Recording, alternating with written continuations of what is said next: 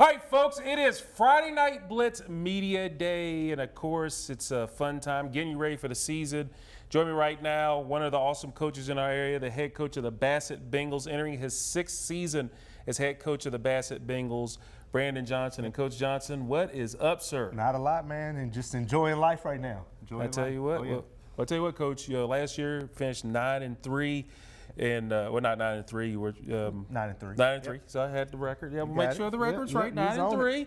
Playoff run there, but just talk about just how you're using last year to get rocking and rolling for this season.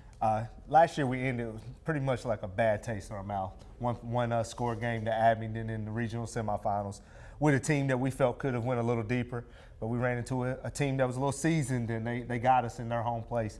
Our biggest thing this year is to take care of what we can and control what we can control. And the guys I had last year, I got 14 or 15 returning seniors who played in that game last year.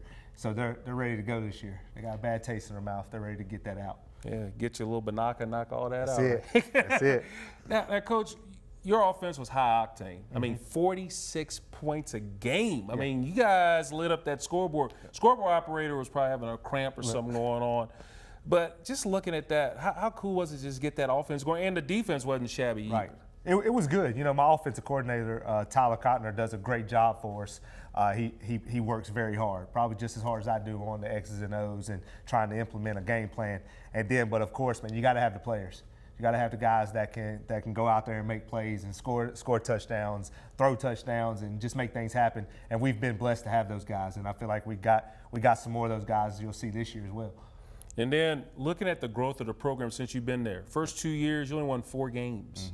And I know that was tough. Yeah. But the last 3, 19 wins. Right. Yeah, just definitely. talk about just the growth of the program. The buy-in from the kids, the coaches, the community, everybody's been all in. That's kind of what we say, that we're all in. And we got it on every T-shirt we ever make. We got it on every email that goes out in our school, all in. And it's been something we've lived by, and our guys have dedicated themselves to the weight room, to the classroom, and just being better individuals. And in turn, it's made them pretty good football players as well. Now, Coach, when you look at, last year, 2021, jamming 2 seasons into one year, and now you're kind of getting back to normal with an off season. Just how big is it just to get back to normalcy? It is. It's big. It feels weird. I talking to my wife the other day, it was like, man, we got so much time before the season. Last year, I felt like we ended the season, jumped right into the next one. This year, it's been pretty good to have a normal summer. We do a summer draft every summer with our kids and make a team. Last year, we didn't get to do that. We're just trying to get them to breathe and rest. This summer, man, it's got to be back to normal, and it's been good for us. It's been very good for us. And, Coach, really the biggest thing, Friday nights are big. Everybody loves them. Coaches, players, fans, the band, the cheerleader, everybody else. But for you personally, what does Friday nights mean to you? Community. Like, that's the biggest thing for me. Graduating from Bassett High School, the first home game I got to coach there, it felt like I was back playing again, and just looking around at the community. And if you ever been to a game at Bassett, man, our home crowd, they show up. They show up at Bassett, and it's a community thing. I think it's one of the biggest things in the community of Friday night. And that's in any community. You got that support. It's just, it's huge. Every Monday through Thursday, all comes together on a Friday night, and it's just, I love looking around at the stands, looking at the guys, looking in their face. It's just a big community thing for me. And as I mentioned earlier, you have really transformed this program. From when you got there, it was the struggle, but now there's an expectation to not only make the playoffs, but go to the playoffs. Yeah. Just how neat for you personally, being a Bassett Bengal, you played there, and to actually just see the program grow to where it is today. It's big, because when I played there, my junior year, the first year of consolidation, was our first year at Bassett, and we made it to the regional championship game.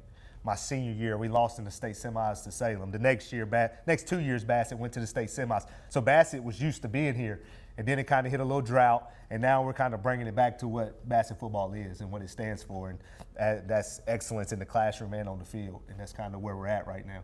And then being a head coach, a lot of people, like growing up, coaches impacted me. Yeah. How How special is it for you to have an impact on the players, and what is the biggest thing you hope your players take from you being the head coach of them? I hope that they take love, the word love. You know, we love our guys. And from the end of the bench to the starting quarterback, we love our guys. And I hope that when they leave us, they understand that. And we got a lot of guys that come back, show their face at practice. I text guys back and forth, even from my time at Magna Vista. Love. Know that Coach Jay loves you, and this staff at Bassett, all of our guys are the same. We want them to feel love, because I felt that from my coaches, and I wanted to give that back when I became a head coach, and that's where I feel like we're at right now, is just showing love and letting them feel that as well. And speaking of love, like I said, you love scoring. I mean, when you look at those numbers, I mean, are they just eye-popping to you when you say, gosh, we're putting big-time numbers on the board? To be honest, I leave that to my OC. my biggest thing is if on the defensive side of football, if we keep the other team from scoring, all we got to do is score a touchdown, we win. You know, but he takes pride in getting our guys in the end zone. And like I said, those guys, they take pride in getting to the end zone. And I brought two of the biggest parts of that with me today, and they love getting in the end zone, and I leave that to them. You mentioned, and I think we kind of mentioned this before we started the conversation, we mentioned the fact it's one thing to score a lot of points, but it's another thing to hold teams down, and you have the best of both worlds. Yeah, we definitely, we pride ourselves on trying to stop teams. You know, we had some work to do. My OC picks on me the Abingdon game. We scored 31 points and still lose. He's like, hey, you told me that wouldn't happen. Well, so we got some work to do on the defensive side of the ball, but yeah, I'm enjoying we have a lot of banter back and forth between our offense and our defense, which is good for us. Yeah, I bet those practices are competitive. They are very competitive. Because they're probably going to see an offense like yours, and you're probably not going to see a defense like theirs. Probably more so between the coaches. You know, we get into it a little more than the kids, because the starting offense, a lot of those guys start defense as well. Right. So the coaches, we get into it and show our guys it is good to compete against family. You know, it's all in fun. So, yeah, we enjoy it. So at the end of the day, Coach, what is it going to take for you guys to continue this success that you guys have had over the last few years? Just stay focused, stay humble, and continue.